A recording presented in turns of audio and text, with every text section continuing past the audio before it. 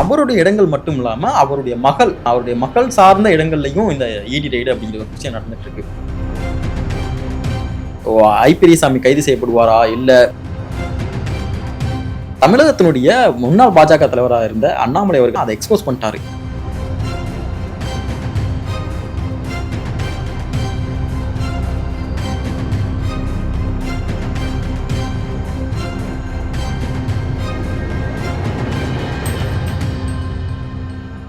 துவாரகை, தமிழக அரசியல் களமே இப்போ பரபரப்பா போய்கிட்டு இருக்கு. என்ன விஷயம் அப்படின்னா, திமுக அமைச்சர் வீட்டுல இடி சோதனை நடக்குது. இப்போ என்ன திடீர்னு இந்த இடி சோதனைக்கான அவசியம்? எந்த அமைச்சர் இப்போ மாட்டியிருக்காரு? கிட்டத்தட்ட அமலாக்கத்துறைக்கும் திமுக அமைச்சர்களுக்கு ஒரு நெருங்கிய பந்தம் இருக்குன்னு சொல்லலாம். இந்த 2025 காலகட்டங்கள்ல மட்டுமே கிட்டத்தட்ட நிறைய அமைச்சர்களுடைய அலுவலங்களா இருக்கட்டும், அவர்கள் சார்ந்த தொடர்புடைய இடங்களா இருக்கட்டும், நிறைய இடங்கள்ல அமலாக்கத்துறை சோதனை அப்படிங்கிறது நடந்திருக்கு.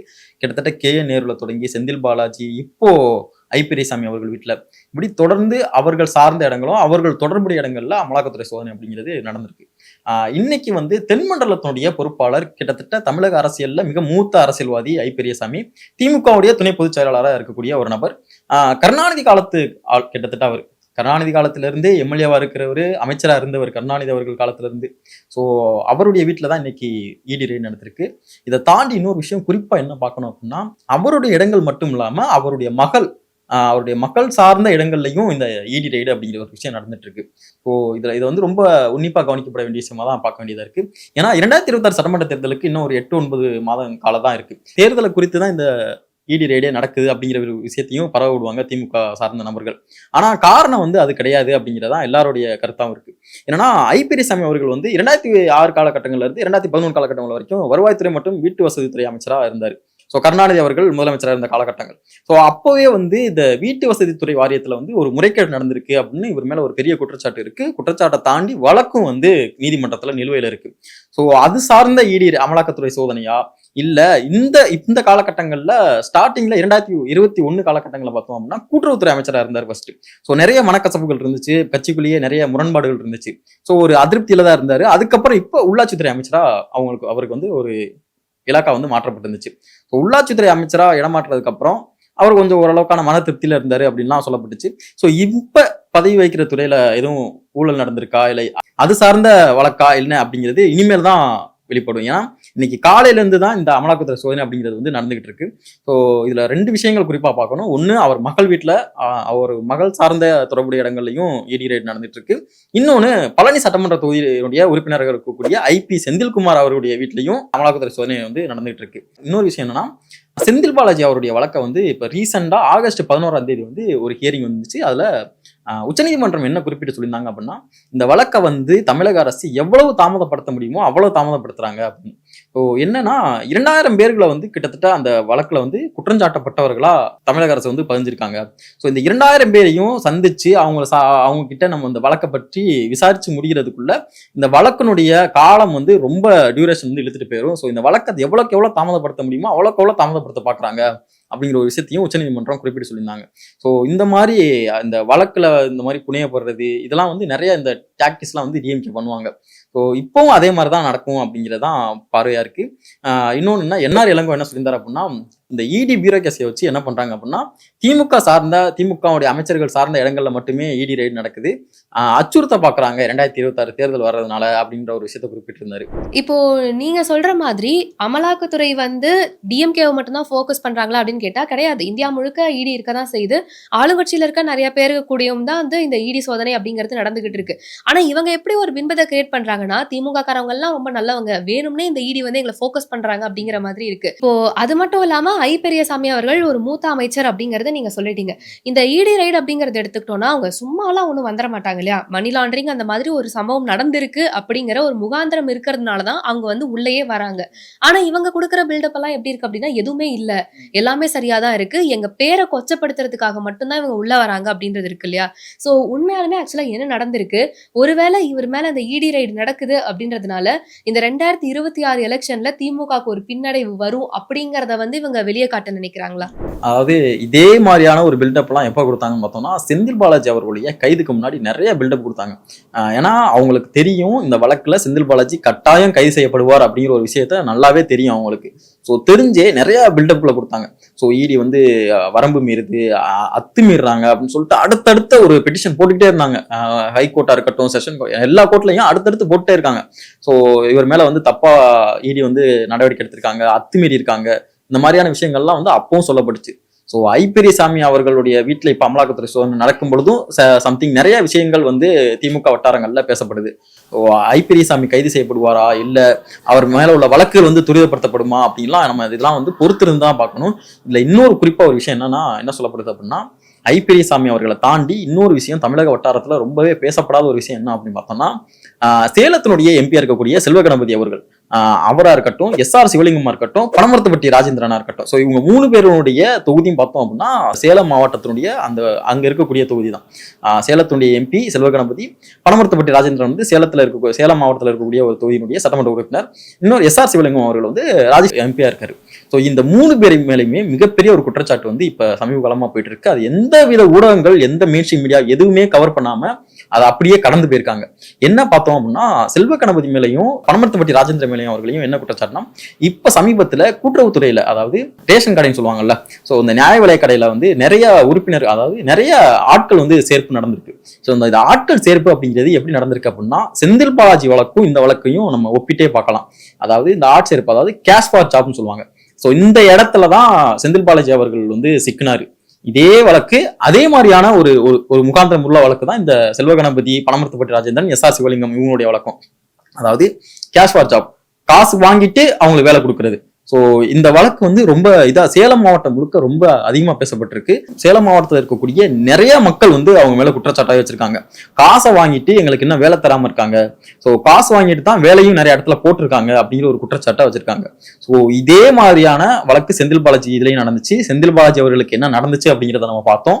அதே மாதிரி எஸ்ஆர் சிவலிங்கமா இருக்கட்டும், பனமரத்துப்பட்டி ராஜேந்திரன் அவர்களா இருக்கட்டும், செல்வ கணபதி அவர்களா இருக்கட்டும், ஸோ இந்த 3 பேருக்கும் இதே மாதிரியான விஷயங்கள் நடக்குமா, இல்ல அமலாக்கத்துறை சோதனை வந்து இதுலயும் உள்ள வருமா, இதுலயும் ஒரு மணி லாண்டரிங் நடந்திருக்கா அப்படிங்கிற ஒரு விஷயத்த பொறுத்து பார்க்கணும். ஸோ வழக்கு பதியப்படுமா பதியப்படாதா அப்படிங்கிறதெல்லாம் ஒரு பெரிய கேள்விக்குறி. ஏன்னா இங்க இருக்கக்கூடிய விஜிலன்ஸா இருக்கட்டும், இங்க இருக்கக்கூடிய ஆளுந்தரப்பு வந்து அதை கண்டிப்பா பண்ண விடாது.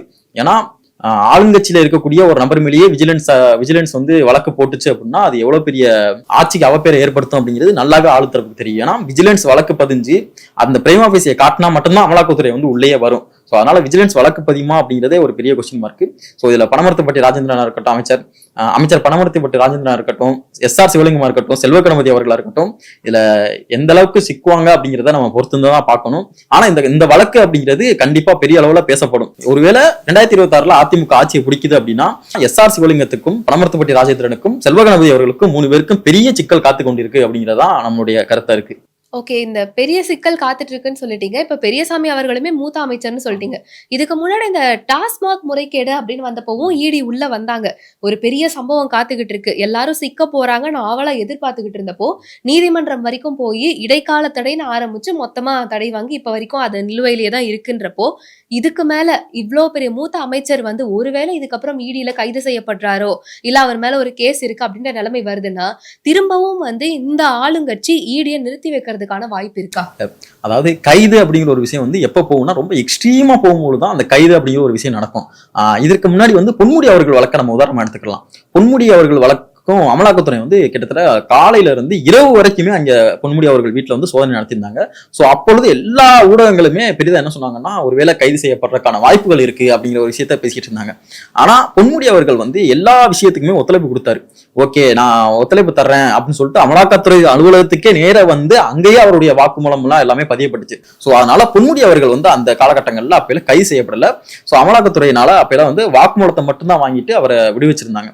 ஸோ ஆனால் என்னன்னா, இந்த விஷயங்கள்ல வந்து ஐ பெரியசாமி அவர்கள் வந்து கைது செய்யப்படுறதுக்கான வாய்ப்பு இல்லை அப்படின்னாலும் அவருக்கான நெருக்கடி அப்படிங்கிறது 2026 காலகட்டங்கள் நெருங்கும் பொழுது இந்த வழக்குகளும் ரொம்பவே நெருக்கடி தர்றதுக்கான வாய்ப்புகள் வந்து அதிகமா தான் இருக்கு. ஏன்னா வீட்டு வசதி வாரிய துறையில நடந்த அந்த ஊழல் அப்படிங்கிறதும் கோர்ட்ல நிலுவையில இருக்கு, அதுவுமே துரிதப்படுத்தப்பட்டு இருக்கு. ஐ பெரியசாமி அவர்களுக்கு 2026 காலகட்டங்கள்ல இல்ல இந்த வருடங்கள்லேயே கூட இந்த வழக்குகள் எல்லாமே தரக்கூடிய நெருக்கடி அப்படிங்கிறது அவருடைய அரசியல் வாழ்க்கைக்கு எந்த அளவுக்கு அவருக்கு ரொம்ப பாதகமா இருக்கும் அப்படிங்கிறத பொறுத்திருந்து பார்ப்போம். இப்போ இதெல்லாம் ஓவராலா கேட்கிறப்போ இந்த திமுகவும் தில்லாலங்கடி வேலையும் பிரிக்கவே முடியாது. சமீபத்துல கூட எடப்பாடி பழனிசாமி அவர்கள் ஒரு விஷயத்த சொல்லியிருந்தாரு, திமுகவின் உருட்டுகளும் திருட்டுகளும் அப்படிங்கிற மாதிரி. அப்படி பார்த்தோம் அப்படின்னா இப்ப சமீபத்துல கூட இந்த மனோன்மணியம் பல்கலைக்கழகத்துல பட்டமளிப்பு விழா நடந்துச்சு இல்லையா, அங்க ஒரு சம்பவம் நடந்துச்சு, ஒரு டிராமானே சொல்லலாம். அதை பத்தி நீங்க என்ன நினைக்கிறீங்க? அதாவது திமுகவுடைய அந்த டைவர்ஷன் பாலிடிக்ஸ் அப்படிங்கிறத ஒரு நல்லாவே ப்ளே பண்ணுவாங்க. அது ஒரு டாக்டிஸாவே எல்லா காலகட்டங்களுமே ப்ளே பண்ணியிருக்காங்க. அதே டாக்டிஸை தான் இங்கேயும் அப்ளை பண்ண பார்த்தாங்க. அது ஒர்க் அவுட் ஆகலை, எக்ஸ்போஸ் பண்ணிட்டாங்க. அதாவது தமிழகத்தினுடைய முன்னாள் பாஜக தலைவராக இருந்த அண்ணாமலை அவர்கள் அதை எக்ஸ்போஸ் பண்ணிட்டாரு. அவருடைய சமூக வலைதள பக்கத்துல ஒரு பதிவு விட்டுருந்தாரு. இந்த பட்டமளிப்பு விழால ஆளுநர் கையால அந்த பட்டம் வாங்க மறுத்த அந்த பெண், அவங்க யாருன்னு கேட்டோம் அப்படின்னா நாகர்கோயில்ல திமுகவுடைய மாநகர இணைச் செயலாளராக இருக்கக்கூடிய ராஜன் அவர்களுடைய மனைவி தான் இந்த நபர் அப்படிங்கிறத ஒரு விஷயத்த குறிப்பிட்டு சொல்லியிருந்தாரு. அவங்க மேல இருக்கக்கூடிய மிகப்பெரிய குற்றச்சாட்டையும் அதிலே எக்ஸ்போஸ் பண்ணி குறிப்பிட்டு காட்டியிருந்தாரு. அதாவது அரசுக்கு சொந்தமான நிலத்தை, அதாவது கோவில் நிலத்தை வந்து ஆக்கிரமிச்சு அதன் மூலியமா வரக்கூடிய ஒரு வருமானத்துல அவருடைய மனைவி பேர்லயே ஒரு கார் வாங்குறாரு. ஸோ இதையுமே வந்து அண்ணாமலை அவர்கள் வந்து குறிப்பிட்டு பேசியிருந்தாரு. அதாவது ராஜன் அப்படின்னு சொல்லக்கூடிய நபர் வந்து கோழிராஜன் அப்படின்னா முன்னாடியே அந்த நாகர்கோவில் வட்டாரங்கள்ல வந்து கூப்பிட்டுருக்காங்க. கோழிராஜன், தடியன் ராஜன், இது எல்லாமே அண்ணாமலை அவர்கள் குறிப்பிட்டிருந்தது சமூக வலைதளத்துல. தடியன் ராஜன், கோழிராஜன் அப்படிங்கிற ஒரு விஷயத்தெல்லாம் குறிப்பிட்டு தான் அழைப்பாங்களாம். இந்த பண மோசடி விவகாரமா இருக்கட்டும், இந்த நில ஆக்கிரமிப்பு விவகாரமா இருக்கட்டும்.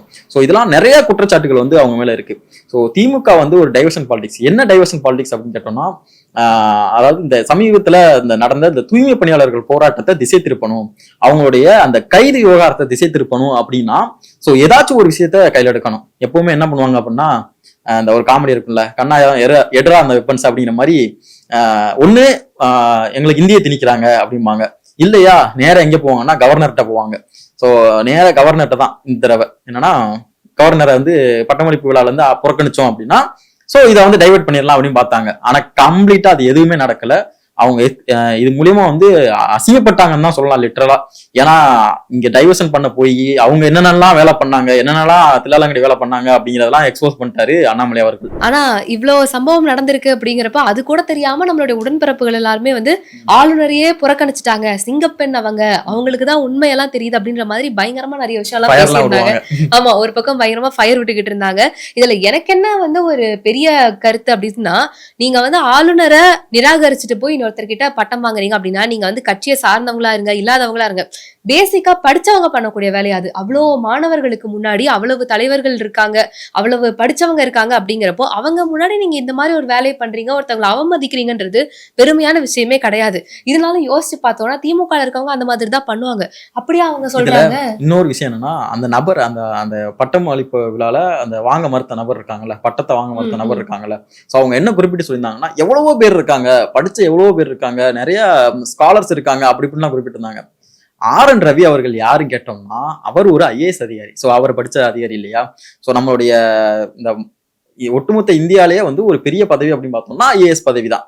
ஸோ அதுல இருந்த ஒரு நபர், கவர்னரா இருக்கக்கூடிய நபர் கிட்ட வந்து நாங்க பட்டம் வாங்க மாட்டோம் அப்படின்னா அவங்களுடைய இன்டென்ஷன் வந்து என்ன கிளியரா இருக்கு. அதாவது நான் வந்து இங்க ஒரு டைவர்ஷன் பாலிடிக்ஸ் பண்ண போறேன், அதாவது இந்த பட்டமளிப்பு விழால ஒரு பாலிடிக்ஸ் பண்ண போறேன் அப்படிங்கிறதுல நீங்க அவங்க கரெக்டா இருந்தாங்க. அப்போ எனக்கு வந்து கடைசியா ஒரே ஒரு கேள்வி, இந்த மடைமாற்ற அரசியல்னு நம்ம சொல்றோம், இருந்தாலும் அவங்க வந்து ஒரு ஸ்டேட்மெண்ட் கொடுத்திருந்தாங்க, ஆளுநர் வந்து நம்ம தமிழ்நாட்டுக்கு எதுவுமே பண்ணல, அதனாலதான் நான் வந்து புறக்கணிச்சனே தவிர என் கணவரை இதில் இழுக்காதீர்கள், அவருக்கும் இதுக்கும் எந்த சம்பந்தமும் இல்ல, முக்கியமா திமுகவுக்கு இதுக்கு எந்த சம்பந்தமும் இல்லைன்னு ஒரு ஸ்டேட்மெண்ட் கொடுத்திருந்தாங்களே, அதை பத்தி நீங்க என்ன நினைக்கிறீங்கன்ற கடைசியா ஒரு கருத்து சொல்லுங்களேன்.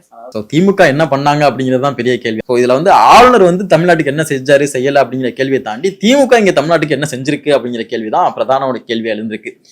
பொறுத்திருந்து பார்ப்போம். 2026 சட்டமன்ற தேர்தலில் வந்து திமுகக்கு எவ்வளவு பெரிய ஒரு அடி காத்திருக்கு அப்படிங்கிறத பொறுத்து தான் நம்ம பார்க்கணும். உலக தமிழ் சொந்தங்களுக்கு வணக்கம். நான் ராஜவேல் நாகராஜன். பேசு தமிழா பேசு வலையொலியுடைய வளர்ச்சிக்கு நீங்களும் உறுதுணையா இருக்கணும்னு நினைச்சீங்கன்னா இந்த வீடியோடைய டிஸ்கிரிப்ஷன்ல இருக்கக்கூடிய ரேசர் பே லிங்கை கிளிக் பண்ணுங்க. அந்த லிங்க்ல போயிட்டு உங்களுக்கு விருப்பமான தொகையை பேசு தமிழா பேசுவனுடைய வளர்ச்சிக்கு உங்களுடைய பங்களிப்பாக நீங்கள் கொடுக்கலாம். நன்றி, வணக்கம். இப்ப சனி பகவான் நீச்சம் அடைகிறத தான் நாம கர்மா நீக்குதல்னு சொல்றோம். அதை பத்தி உங்களுக்கு தெரியுமா? சனி அப்படின்றது நீச்சமாகிறது தான் நம்ம ரொம்ப நல்லது.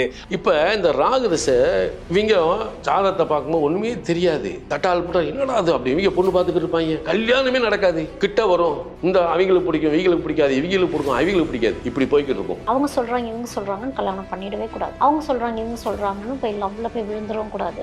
ஆயிலியத்தை இம்ப்ரெஸ் பண்றதுக்கு வந்து லைஃப் பார்ட்னர் என்ன வேணாலும் செய்வாங்க. ஐயோ இம்ப்ரெஸ் பண்ணிட்டாங்களே, இத்தனை பேர் கூடிட்டாங்களே, நான் அக்செப்ட் பண்ணிக்கிறேன்னு போயிட்டீங்க அப்படின்னா. இந்த மாதிரி ஆன்மீகம் மற்றும் ஜோதிடம் சார்ந்த இன்னும் பல வீடியோக்கள் பார்க்கணுமா? மறக்காம திருவருள் டிவிக்கு சப்ஸ்கிரைப் பண்ணுங்க. திருவருள் டிவியுடைய சேனல் லிங்க் இந்த வீடியோடைய டிஸ்கிரிப்ஷன்ல இருக்கு.